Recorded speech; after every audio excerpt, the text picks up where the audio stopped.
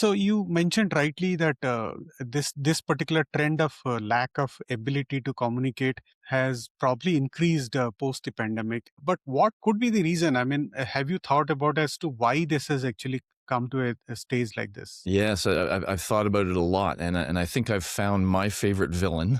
My villain would be asynchronous communication. That from about, as soon as we give our children a phone, from that period on, their dominant form of interacting, of communicating with their friends, is through text messaging or various other asynchronous ways of communicating. So they kind of do not get the face-to-face time that you and I may have had when we were younger, and they develop these really bad habits.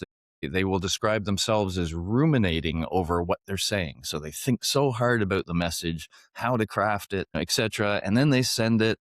And then when a message comes back, they now think, what does that guy mean? Are they implying this? Are they implying that? So it's a really slow process. And when they're used to that, and then we bring them in a face-to-face situation, first of all, it's all too fast for what they're comfortable with. And secondly, they have trouble reading the nonverbals. Right now, as I speak to you, you're nodding your head. You're giving me feedback that says, yep, I agree with what you're saying. But they have trouble reading that feedback. And they often read it negatively. They think it reflects a negative evaluation of them. And so the feedback actually kind of scares them because they're just not used to processing it.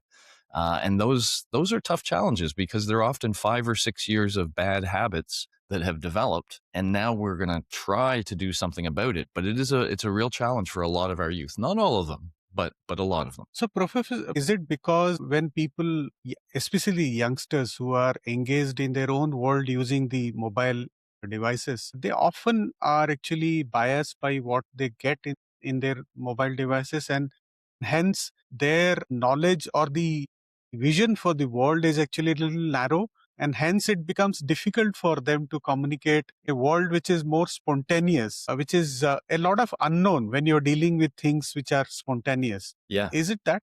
Yeah, I think that is part of it. I think you're hitting some other things. Like, we know that the social anxiety is driven by something we call fear of negative evaluation.